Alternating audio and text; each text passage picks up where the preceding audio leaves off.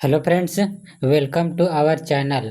आज मैं फिजिक्स का विद्युत चैप्टर से 100 MCQ क्वेश्चन लेकर आया हूं। तो फ्रेंड्स, आप लोग वीडियो को देखें और अपने तैयारी को बेहतर करें। विद्युत एक ऐसा चैप्टर है जो फिजिक्स में क्वेश्चन पूछता ही पूछता है, तो इस चैप्टर को मिस नहीं करेंगे और वीडियो को देखेंगे और अपने तैयारी को बेहतर से बेहतर करेंगे। तो आइए क्वेश्चन की शुरुआत करते हैं। पहला क्वेश्चन है, किसी विद्युत धारा के सतत और बंद परिपथ को क्या कहते हैं? तो सतत और बंद परिपथ को हम क्या कहते हैं? तो उसे विद्युत परिपथ कहते हैं। विद्युत परिपथ क्या हो गया? एक विद्युत धारा का पूरा परिपथ होता है जिसमें वायर भी होता है, जिसमें प्लग भी होता है, जिसमें बल्ब भी होता है, सभी मिल के एक पूरा सर्किट बना देता है जिसमें करंट ऐसे प्रवाहित तो होता है, उसमें बैटरी भी आ जाता है। इस प्रकार सतत एवं बंद परिपथ को विद्युत परिपथ कहते हैं। ऑप्शन सी इसका सही आंसर हो जाएगा। आइए नेक्स्ट क्वेश्चन देखते हैं। नेक्स्ट क्वेश्चन है, विद्युत आवेश के प्रवाह के दर को क्या कहते हैं? तो विद्युत आवेश के प्रवाह के दर को क्या कहते हैं? विद्युत धारा कहते हैं। ऑप्शन ए इसका सही आंसर हो जाएगा। आई इक्वल टू क्या हो गया? क्यू बटा टी। आवेश के प्रवाह के दर को हम विद्युत धारा कहते हैं। आइए नेक्स्ट क्वेश्चन देखते हैं। नेक्स्ट क्वेश्चन है, निम्नलिखित भौतिक राशि और उसके एसआई मात्रक में कौन गलत मिलान है? तो विद्युत आवेश का एसआई मात्रक क्या होता है? कूलाम होता है, ये तो सही है। विद्युत धारा का एसआई मात्रक क्या होता है? तो एम्पियर होता है, ये भी सही है। विभवांतर का एसआई मात्रक क्या होता है? वोल्ट होता है, ये भी सही है। प्रतिरोध का एसआई मात्रक ओम मीटर नहीं होता है। प्रतिरोध का जो एसआई मात्रक है वह ओम होता है, सिर्फ ओम होता है। तो इस प्रकार इसमें गलत कौन है? तो गलत ऑप्शन डी है। ऑप्शन डी इसका करेक्ट आंसर हो गया। आइए नेक्स्ट क्वेश्चन देखते हैं। नेक्स्ट क्वेश्चन है, धातुओं के तार में आवेशों के प्रवाह की रचना करते हैं। तो धातुओं के तार में आवेश के प्रवाह की रचना कौन करते हैं? तो यह इलेक्ट्रॉन करते हैं। ऑप्शन सी इसका सही आंसर हो जाएगा। इलेक्ट्रॉन है जो प्रवाह निर्धारित करता है, इलेक्ट्रॉन ही प्रवाहित होता है धातु में या तार में। नेक्स्ट क्वेश्चन, विद्युत धारा की दिशा कैसी होती है? तो विद्युत धारा की जो दिशा होती है क्या होता है? इलेक्ट्रॉन के प्रवाह के विपरीत दिशा में होता है। जो विद्युत धारा जिस दिशा में जाएगा, इलेक्ट्रॉन उसके विपरीत दिशा में जाएगा। तो विद्युत धारा का दिशा कौन सा हो गया? इलेक्ट्रॉन का विपरीत दिशा। ऑप्शन सी इसका सही आंसर हो गया। आइए नेक्स्ट क्वेश्चन देखते हैं। नेक्स्ट क्वेश्चन है, यदि I विद्युत धारा है, Q आवेश है और T समय है, तो निम्न में से कौन सा सही होगा? तो Q बराबर क्या होता है? I इंटू टी होता है। Option Q equal to I T. Option B इसका सही आंसर हो जाएगा। आइए नेक्स्ट क्वेश्चन देखते हैं।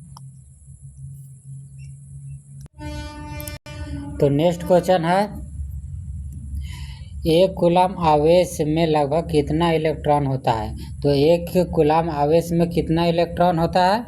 तो वह 6 × 10⁻18 इलेक्ट्रॉन होता है। ऑप्शन सी इसका सही आंसर हो जाएगा। आइए नेक्स्ट क्वेश्चन देखते हैं। यदि ए से एम्पियर को निरूपित किया जाता है तो 1 एम्पियर बराबर क्या हो जाएगा?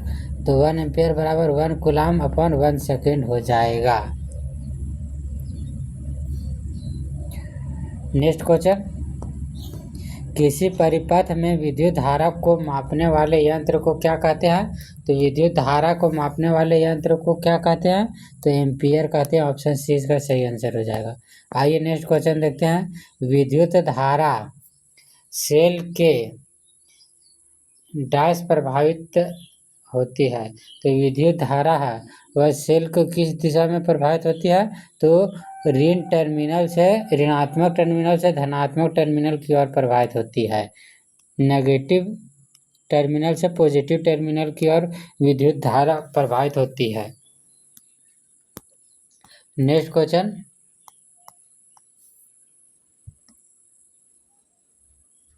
सॉरी फ्रेंड्स, इसका क्वेश्चन हो जाएगा ऑप्शन बी हो जाएगा, ए एंड सी हो जाएगा।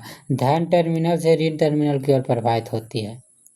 सॉरी फ्रेंड्स, इस क्वेश्चन का गलत, ये ऑप्शन बी गलत है।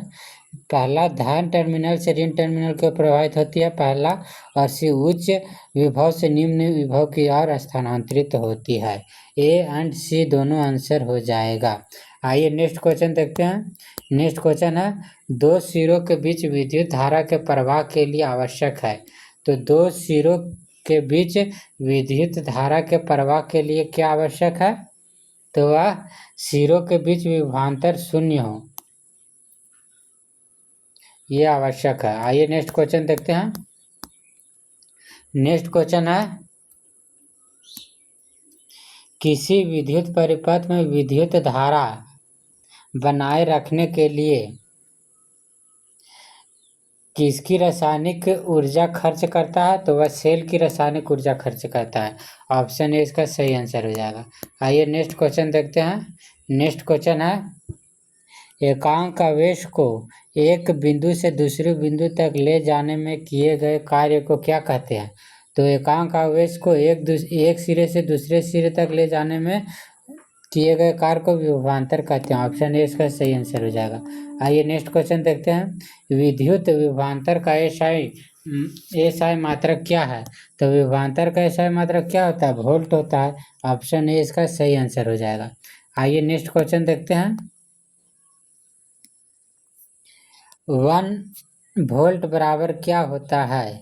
तो 1 वोल्ट बराबर 1 जूल अपन 1 सेकेंड 1 कूलम होता है। 1 वोल्ट बराबर 1 जूल अपन 1 कूलम होता है। कार्य बटा आवेश, कार्य बटा आवेश को ही हम क्या कहते हैं? विभवांतर कहते भी। ऑप्शन ए इसका सही आंसर हो जाएगा। आइए नेक्स्ट क्वेश्चन देखते हैं। विभवांतर की माप एक यंत्र द्वारा की जाती है जिसे कहते हैं। तो विभवांतर की माप एक यंत्र द्वारा की जाती है, उसे हम वोल्ट मीटर कहते हैं। ऑप्शन बी इसका सही आंसर हो जाएगा, वोल्ट मीटर। आइए नेक्स्ट क्वेश्चन देखते हैं। एम्पियर और वोल्ट एम्पियर को परिपथ में क्रमशः डैश में जोड़ा जाता है।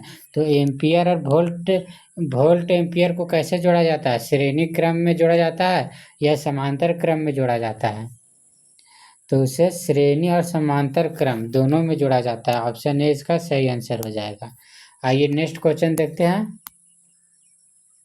किसी धातु के तार में प्रभावित होने वाली विद्युत धारा उस तार के सिरों के बीच विभवांतर के अनुक्रमानुपाती होती है, परंतु तार का तापमान एक समान रहना चाहिए। किसका नियम है? तो यह किसका नियम है? तो यह ओम का नियम है। नेक्स्ट क्वेश्चन, ओम का नियम के बीच के सही संबंध को दर्शाता है। तो ओम का नियम जो किसके किसके बीच सही संबंध को दर्शाता है? तो वह धारा और विभवांतर के बीच सही संबंध को दर्शाता है। आइए नेक्स्ट क्वेश्चन देखते हैं। ओम के नियम के अनुसार V/I एक नियतांक होता है जिसे कहते हैं, इसे क्या बोलते हैं? इसे प्रतिरोध कहते हैं। ऑप्शन ए इसका सही आंसर हो जाएगा, प्रतिरोध। आइए नेक्स्ट क्वेश्चन देखते हैं। 1 ओम बराबर क्या होता है? तो 1 ओम बराबर 1 वोल्ट अपॉन 1 एम्पियर होता है। 1 वोल्ट अपन 1 एम्पियर 1 ओम बराबर होता है। ऑप्शन बी सही आंसर हो गया। नेक्स्ट क्वेश्चन, प्रतिरोध का एसआई मात्रक क्या है? तो प्रतिरोध का एसआई मात्रक ओम होता है। ऑप्शन ए इसका सही आंसर। नेक्स्ट क्वेश्चन, यदि किसी प्रतिरोधक का प्रतिरोध दुगना हो जाए तो उससे प्रभावित होने वाला धारा हो जाती है। तो प्रतिरोधक का प्रतिरोध अगर दुगना हो जाएगा तो प्रभावित होने वाला धारा क्या होगा? तो वह आधी हो जाएगा। ऑप्शन बी इसका सही आंसर हो गया। आइए नेक्स्ट क्वेश्चन देखते हैं।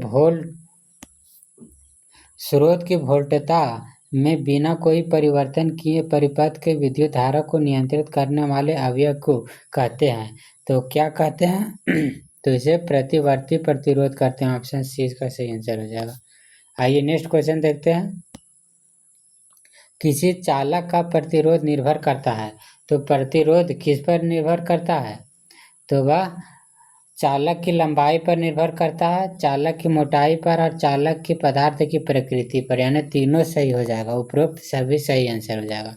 नेक्स्ट क्वेश्चन, तार की लंबाई दोगुनी कर देने पर एमीटर का पाठ्यांक क्या होगा? तो तार की लंबाई यदि हम दोगुनी कर देते तो एमीटर का जो पाठ्यांक है वह आधी हो जाएगा। ऑप्शन ए इसका सही आंसर हो गया। आइए नेक्स्ट क्वेश्चन देखते हैं। किसी चालक की प्रतिरोधकता किस पर निर्भर करता है? तो जो प्रतिरोधकता है वह किस पर निर्भर करता है? वह चालक की पदार्थ की प्रकृति पर निर्भर करता है। ऑप्शन सी इसका सही आंसर हो जाएगा। आइए नेक्स्ट क्वेश्चन देखते हैं। चालक का तापमान बढ़ने पर प्रतिरोधकता क्या होती है? बढ़ती है या घटती है या कुछ भी नहीं होती है? तो इसका सही आंसर बढ़ जाती है। चालक तार का तापमान बढ़ने पर प्रतिरोधकता भी बढ़ जाती है। ऑप्शन सी इसका सही आंसर हो जाएगा। प्रतिरोधकता का एसआई मात्रक क्या है? तो प्रतिरोधकता का एसआई मात्रक क्या होता है? ओम मीटर होता है।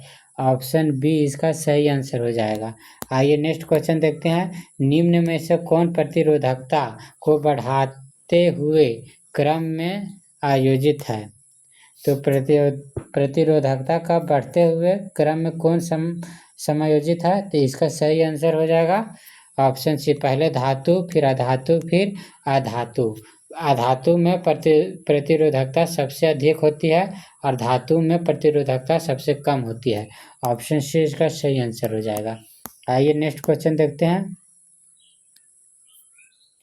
मिश्र धातुओं की प्रतिरोधकता उसकी अवयवी धातुओं की अपेक्षा क्या होती है? तो उसे अधिक हो जाती है। मिश्र धातुओं का जो प्रतिरोधकता है अवयवी धातुओं की अपेक्षा अधिक होती है। ऑप्शन बी इसका सही आंसर हो जाएगा। नेक्स्ट क्वेश्चन, धातुओं और मिश्र धातुओं की प्रतिरोधकता का परिसर क्या है? तो धातु और अधातु के प्रतिरोधकता का जो परिसर होगा 10⁻⁻8 ओम मीटर से 10⁻⁻6 ओम मीटर होता है। ऑप्शन बी इसका सही आंसर हो जाएगा। आइए नेक्स्ट क्वेश्चन देखते हैं। विद्युत बल्ब का तंतु के रूप में किसका उपयोग किया जाता है? तो विद्युत बल्ब में तंतु के रूप में किसका उपयोग किया जाता है? तो इसका जो सही आंसर है ऑप्शन सी हो जाएगा, टंगस्टन में। टंगस्टन का उपयोग क्यों किया जाता है? क्योंकि इसका जो गलनांक है वह बहुत अधिक होता है, करीब 3300 डिग्री सेल्सियस होता है, तब यह धातु ऐसे गलता है, इसलिए टंगस्टन का उपयोग किया जाता है। आइए नेक्स्ट क्वेश्चन देखते हैं। विद्युत का सबसे अच्छा चालक कौन होता है? तो विद्युत का सबसे अच्छा जो चालक है वह कौन होता है? तो वह सिल्वर होता है। ऑप्शन ए इसका सही आंसर हो जाएगा। नेक्स्ट क्वेश्चन, निम्न में से कौन विद्युत रोधी है? तो विद्युत रोधी कौन है? तो वह एबोनाइट, ये भी विद्युत रोधी है, डायमंड भी विद्युत रोधी है और कांच भी विद्युत रोधी है, यानी कि सभी इसका सही आंसर हो जाएगा। आइए नेक्स्ट क्वेश्चन देखते हैं। 4 ओम प्रतिरोध के किसी तार की मोटाई दोगुनी कर दी जाती है, तार का नया प्रतिरोध क्या होगा? तो 4 ओम प्रतिरोध को अगर हम दोगुनी कर दें तो प्रतिरोधकता क्या हो जाएगा?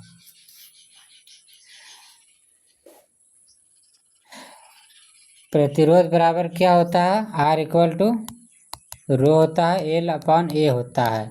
तो क्या बोल रहा है? ये तार की मोटाई दोगुनी कर दिया जाए, अगर यहाँ मोटाई अगर हम दोगुनी कर दिया जाए तो इसका जो प्रतिरोध है वह क्या हो जाएगा? 1/4 हो जाएगा, क्योंकि ये जो होता है वह एरिया स्क्वायर होता है, मीटर स्क्वायर होता है।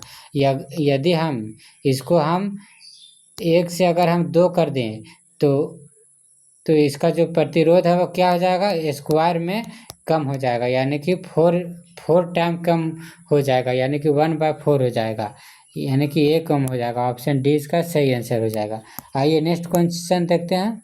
नेक्स्ट क्वेश्चन है प्रतिरोधकों के श्रेणी क्रम समायोजन में परिपथ के हर भाग में क्या समान होता है? तो प्रतिरोधकों को श्रेणी क्रम समायोजन में परिपथ के हर भाग में क्या समान होता है? तो इसका जो सही आंसर हो गया विद्युत धारा समान होता है। ऑप्शन बी इसका सही आंसर हो जाएगा। नेक्स्ट क्वेश्चन हमारे घरों में विद्युत उपकरण किस क्रम में लगे होते हैं? तो हमारे घर में विद्युत जो उपकरण है वह पैरेलल लगे होते हैं, समांतर क्रम में लगे होते हैं। ऑप्शन बी इसका सही आंसर हो जाएगा। आइए नेक्स्ट क्वेश्चन देखते हैं। विद्युत धारा के तापीय प्रभाव का उपयोग किया जाता है। तो किसमें विद्युत धारा के तापीय प्रभाव का उपयोग किया जाता है? विद्युत हीटर में किया जाता है, तो ये तो सही है। पंखा में भी किया जाता है, ये भी नहीं, पंखा में नहीं किया जाता। विद्युत बल्ब में किया जाता है, ये भी सही है। तो इसका सही आंसर ए एंड सी हो जाएगा। जो विद्युत धारा का जो तापीय प्रभाव है हीटर में भी किया जाता है और विद्युत बल्ब में भी किया जाता है, पंखा में नहीं किया जाता है। आइए नेक्स्ट क्वेश्चन देखते हैं। निम्न में से कौन जूल के तापीय नियम दर्शाता है? जहाँ एच आई धारा है, एच ऊष्मा है, आर प्रतिरोध है, टी समय है। तो एच इक्वल टू क्या होता है? आई स्क्वायर आर टी होता है। तो इसका सही answer I square R T, option B इसका सही आंसर हो जाएगा। आइए नेक्स्ट क्वेश्चन देखते हैं। नेक्स्ट क्वेश्चन है टी समय में किसी स्रोत द्वारा प्रदान की गई ऊर्जा कितनी होती है? जहाँ पी परिपथ में स्रोत द्वारा निवेश की गई शक्ति है। तो इसका सही आंसर क्या हो जाएगा? P into T, option A इसका सही आंसर हो जाएगा। आइए नेक्स्ट क्वेश्चन देखते हैं। मिश्र धातु नाइक्रोम कितने धातुओं का मिश्रण है? तो मिश्र धातु जो नाइक्रोम है वह कितने धातुओं का मिश्रण है?